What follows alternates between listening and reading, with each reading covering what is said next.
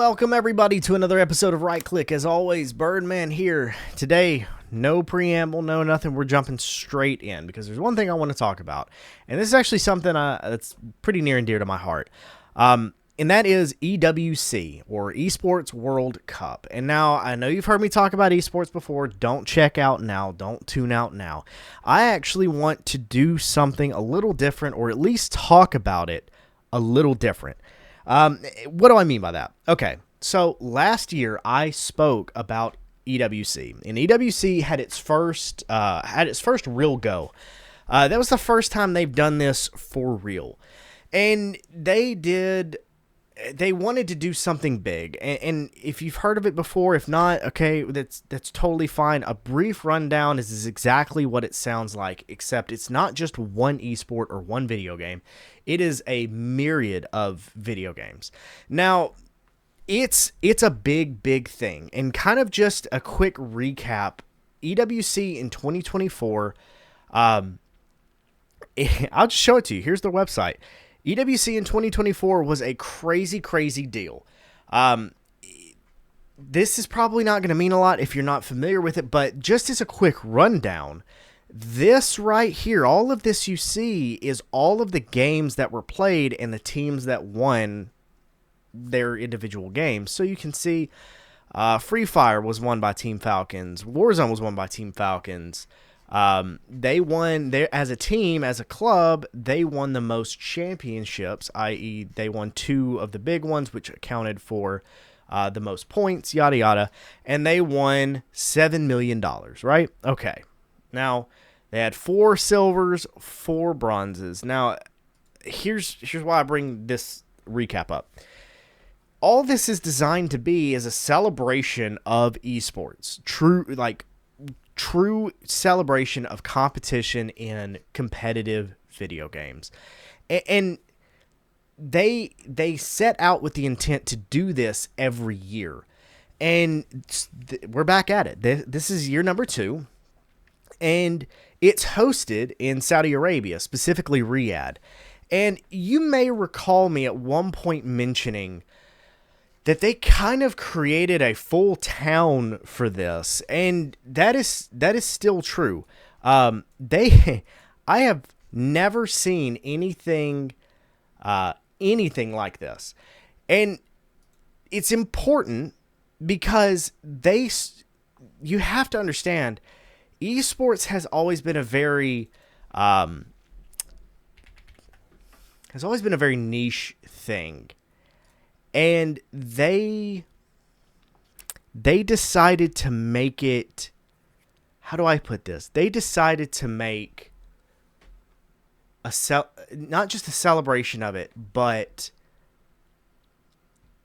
and kind of almost a shrine to it, to honor this very niche this niche thing. I've mentioned before, growing up at a young age, getting involved in this, it was a very minute thing. Like, you did local lands, and then it finally blossomed to where you had $1 million, multi-million-dollar, like, events, right? It's not that. As a matter of fact, it's about as far from that as it gets. I'm trying to find a good picture here for you. They did like the EWC Spotlight today. And they kind of showcased what the town looked like. And I'm trying to give you a good example of it. It's hard to do it. Here, I'll show you this. Kind of a reference is an interactive map here. And they did multiple venues with multiple halls. You can see this is all the stuff going on. And it's 7 weeks of this. This is nothing like what I grew up in at all. This is not even close to what I grew up in. And it's truly hard to fathom, because they did something that nobody's ever done. And now, granted, Saudi Arabia has the ability to pump massive amounts of money. I mean, you can see this whole thing, they literally created a town to do this. Okay, the point I'm making, this is proof. In completion, this is proof that this isn't just some meaningless little dorking around playing your game after school kind of thing. I'm talking to everybody when I say this. If I would have gotten this kind of opportunity, if I would have seen this kind of thing when I was competing, it would have driven me even harder as a kid to do this. I want to show you something. And I want to talk about this from more than just the kids playing esports. This is also directed at the parents. Parents need to understand that, and I don't mean to sound like I'm talking down. That's truly not my intent. But parents need to understand that video games they're not what they think they are anymore. There once was a time where, okay, they're rotting your brain. Yeah, well, okay. No. Understand that when you go and you look at the EWC hub, the game hub, let's take a look right here. When you look at this, look at all of these game titles that they're doing this year. That is a lot of games. And what's even crazier is if you go to the About page and they give you the breakdown, right? They show you, I can't play any of the audio, but they show you, this is,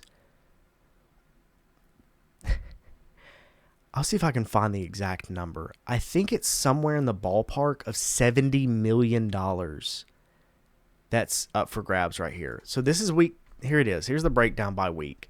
Week 1 is all these games. Week 2 is all these games, yada, yada. Week 3 is where I really am curious about because this is when Call of Duty gets involved. But there's several games here that I love. I have been watching the Apex. I have been watching the Valorant. I've watched a little bit of the Ren Sport. I'll probably be watching Overwatch 2. Look at how many games there are in competition, up for a total of $70 million. Understand what I'm saying here. This is not what we thought it was growing up. They had Post Malone doing the opening concert today. I mean, yeah, here it is. It's right here. Riyadh from July 7th to August 2024. This year's edition will feature 2,000 players, 200 esports clubs from over 100 countries competing in 25 tournaments across 24 titles for a total prize pool exceeding $70 million. With millions of fans expected online and on-site, the EWC continues to define the global benchmark for competitive gaming, and they are absolutely right. $45 million up for grabs just in the main events. And then for the smaller stuff, the club championship, whereas last year it was $7 million, now it's $25 million. People need to understand, parents need to understand that if your kid is showing legitimate signs of talent in this, they might have a career opportunity here. Like a legitimate career opportunity. And then you have something that is a true, honest-to-God celebration of that. Look at this schedule. Look at how much is here. I mean, just in filtering esports alone, look at how many opportunities for competition are here. Look at this.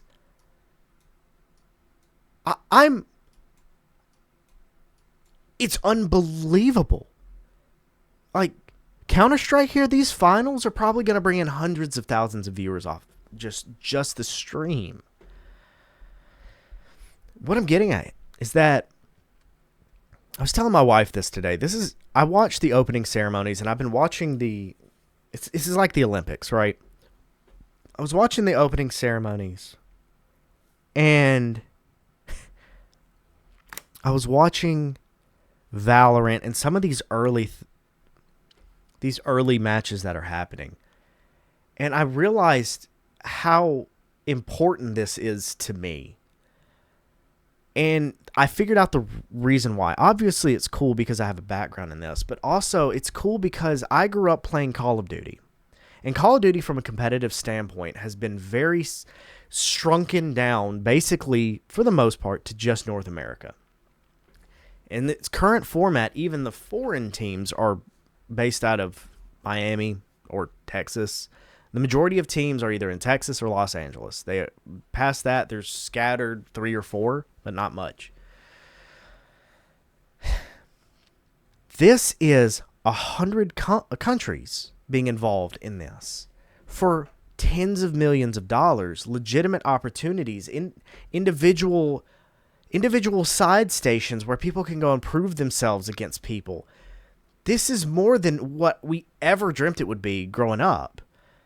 And mind you, we were playing for good money back then. You know, the last tournament I was a part of was $200,000 for the first place winner. Well, now the first place winner in this is millions. You know, I think Call of Duty in this is one of the lowest, and the winner takes home $1.8 million, and it's like one of the lowest monetary prizes in the Esports World Cup. I mean, I'll make this point. As I said, if your kid has talent, there are things that high schools are doing it now. You can get a scholarship for it. That's all very important because this is finally, the society is showing that, hey, this is a legitimate thing and you can make legitimate money and you can be a legitimate person to society and be part of something that we haven't seen before. And not only that, let's look at just this year's tournaments. Rensport, which is sim racing, a prize pool of $500,000.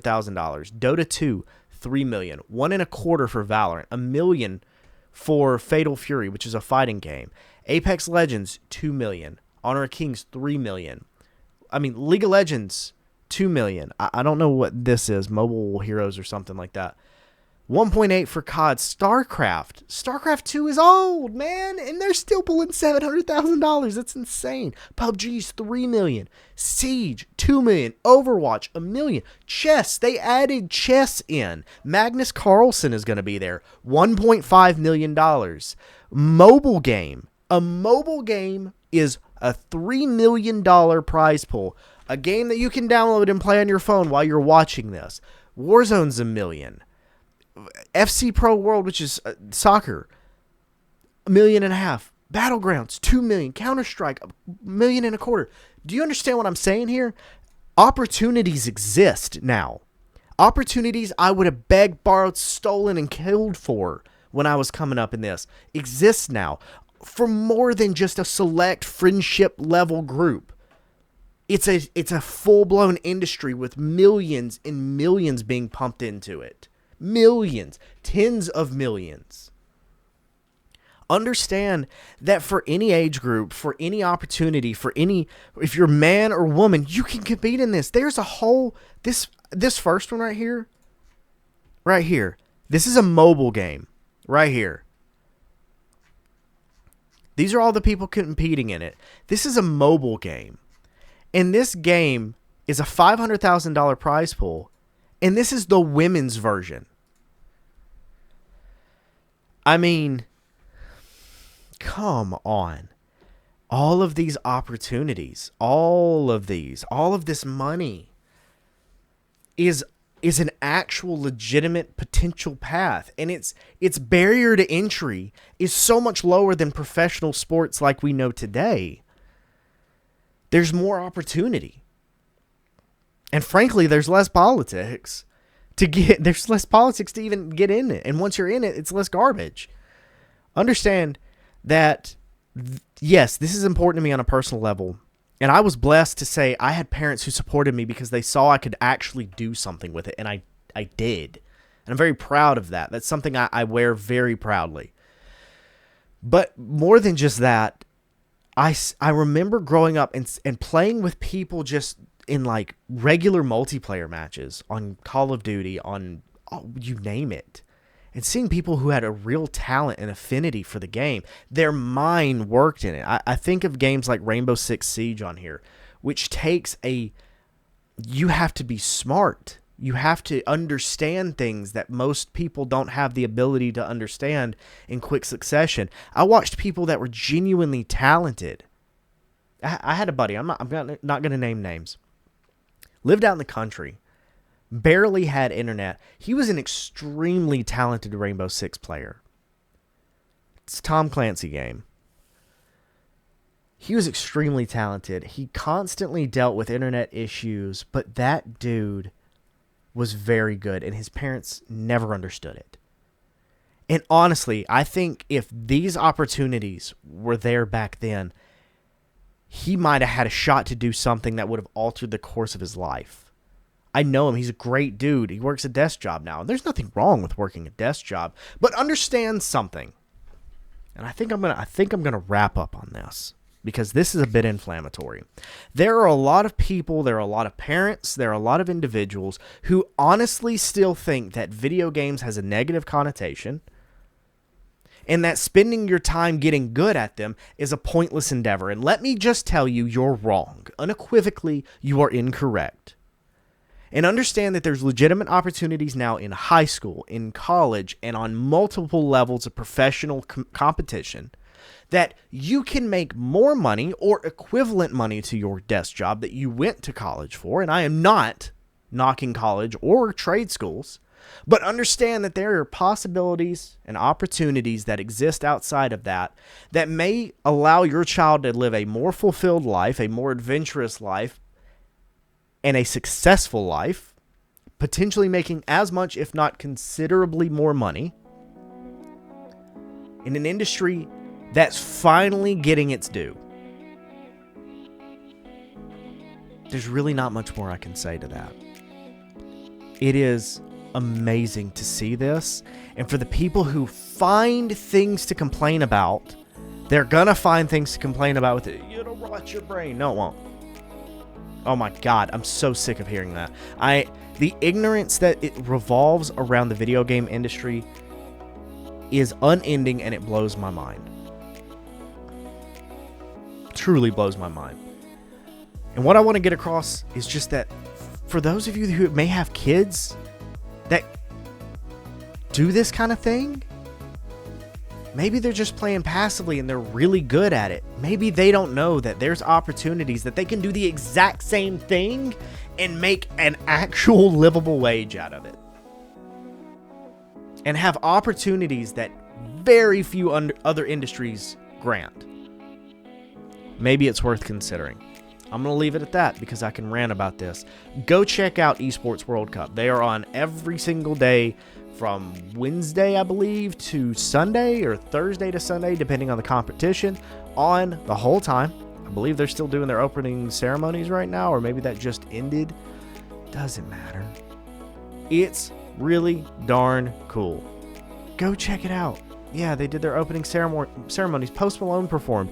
And honestly, it was a great opening ceremony. Better than a lot of the ones we've had in the Olympics. Go check it out. You might appreciate it. Kids might appreciate it. They might find new opportunities. And you might find new opportunities as well. I'll leave it at that. Thank you all for watching. Birdman here as always. Go check us out on rightsidemedia.org. I will see you guys in the next one. I hope you all enjoyed. See ya.